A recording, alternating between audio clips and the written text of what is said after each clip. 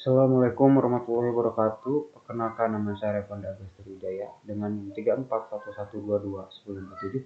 Di sini saya akan menjelaskan tentang komparasi teknologi komputer. Nah, di sini ada prosesor. Prosesor adalah komponen utama atau otak dari laptop komputer Anda. Prosesor terletak tepat di tengah motherboard. Prosesor memiliki fungsi yang penting bagi seluruh operasi perangkat komputer karena semua perintah dimulai dari prosesor. Nah, di sini ada macam-macam prosesor.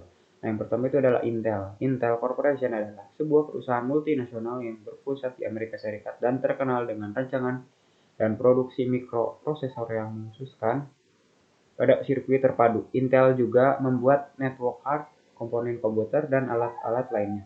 Intel memiliki proyek riset yang maju dalam seluruh aspek produksi semikonduktor termasuk MEMS. Nah, yang kedua adalah AMD atau Advanced Micro Device. AMD adalah perusahaan semikonduktor multinasional Amerika Serikat yang berbasis di Sunnyvale, California yang mengembangkan prosesor komputer dan teknologi yang terkait untuk pasar konsumen dan komersial. Produk utama mereka termasuk mikroprosesor, chipset motherboard, embedded GPU, workshop, PC, dan teknologi prosesor untuk perangkat genggam, digital TV, mobil, konsol game, dan aplikasi lainnya yang terdapat pada sisi sistem ini. Di sini saya akan membandingkan antara Intel dengan AMD. Nah, dengan AMD. Jadi di sini saya akan membandingkan dengan Intel Core i9 dengan AMD Ryzen 9. Nah, di sini untuk konsumsi dayanya itu semakin kecil itu semakin bagus. Nah, dapat kita lihat di sini AMD Ryzen 9 itu mempunyai konsumsi daya lebih kecil dibandingkan dengan Intel. Yang kedua ini adalah CPU benchmark. Jadi single core dan multi core score high. Jadi di sini jika skornya itu lebih besar berarti lebih baik. Nah, di sini AMD unggul dibandingkan dengan Intel.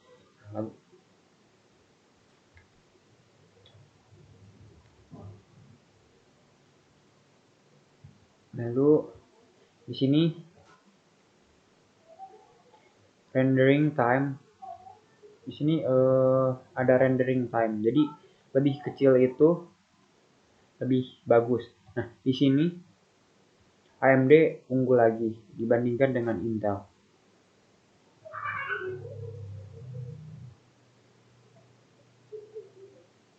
Lanjut, VGA. Perangkat keras komputer yang berfungsi menerjemahkan tampilan ke layar monitor. Jadi VGA itu berfungsi untuk menerjemahkan tampilan ke layar monitor. VGA juga sering disebut sebagai kartu grafis. Nah, VGA digunakan untuk merujuk ke resolusi layar 640x480. Terlepas dari produsen perangkat keras kartu grafis, VGA card yang juga dikenal sebagai kartu video atau tampilan atau adaptor grafis digunakan untuk memproses dan menghasilkan umpan gambar keluaran ke monitor atau tampilan komputer. Menghubungkan dengan motherboard komputer, VGA card berisi mekanisme pendinginan, unit pemrosesan, koneksi ke perangkat tampilan, dan memorinya sendiri. Nah, di sini ada macam-macam VGA. Yang pertama itu adalah NVIDIA. NVIDIA merupakan salah satu produsen VGA yang terkenal dan sudah digunakan oleh berjuta unit komputer. Keunggulan NVIDIA dalam memproduksi VGA card ada pada istilah Computer Unified Device Architecture atau disebut CUDA Core.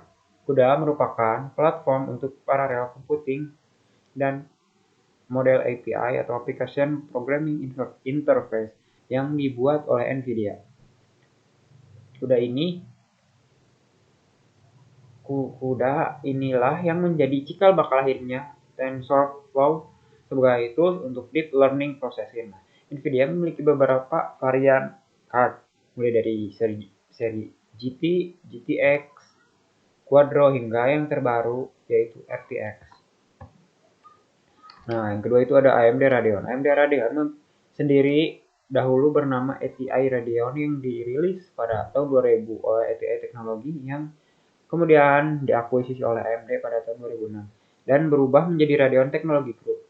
Nah, Beberapa varian yang dimiliki oleh Radeon sendiri terdiri dari Radeon HD 2000, HD 3000, HD 4000, HD 5000, sampai HD 8000. Nah, kemudian disusul oleh seri Radeon R5, R7, dan R9. Selanjutnya yang terbaru adalah seri RX 5000 dan seri Radeon V. Nah, di sini ada komparasi tentang power draw. Nah, di sini lebih rendah itu lebih baik. Nah, bisa kita lihat bahwa Radeon mempunyai power draw itu lebih kecil. Lanjut. Nah, untuk Dynamic Fire Strike di sini Nvidia GeForce RTX 2000 ini mempunyai nilai yang lebih tinggi. Yang otomatis di sini pada Nvidia GeForce itu unggul. Lanjut ke TimeSpy. Nvidia juga menjadi yang paling unggul. Nah, di sini saya akan menjelaskan tentang storage teknologi. Nah, storage adalah penyimpanan, tempat menyimpan media yang digunakan untuk menyimpan data yang diolah oleh komputer. Nah, fungsi storage adalah menyimpan data atau file dalam jangka panjang dan pendek. Jadi, storage adalah tempat penyimpanan instruksi, program, dan data untuk keperluan penggunaan dengan komputer. Di sini ada macam-macam storage. Yang adalah SSHD. SSHD merupakan penggabungan dari SSD dan HDD pada satu perangkat, namun bukan kemampuan SSD sepenuhnya yang disatukan, namun meningkatkan cache memori HDD menjadi lebih besar, sehingga kecepatan transfer datanya lebih cepat dari HDD biasa dan mendekati SSD.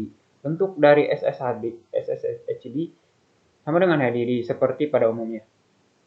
SSD di pasaran memiliki harga yang lebih terjangkau dari SSD. Contoh yang menyediakan adalah dari Seagate seri FireCuda. Nah, di sini ada SSD. SSD merupakan tempat penyimpanan yang teknologinya paling mutakhir dengan performa kecepatan transfer yang sangat cepat, tergantung dari bus yang digunakan. Oleh karena hal tersebut, terdapat beberapa varian dari SSD, diantaranya seperti SATA SSD, M2 SATA SSD, M2 NVMe SSD. Nah, di sini ada komparasi tentang storage. Ini Firestrike Ultra. Nah, jadi di sini GeForce RTX ini lebih unggul dibandingkan dengan Asus TUF Gaming RTX 3080 dan GeForce RTX 3080 Founder Edition. Lalu di sini time sale itu GeForce RTX unggul lagi. Sama GeForce RTX tetap unggul. Nah, pada temperatur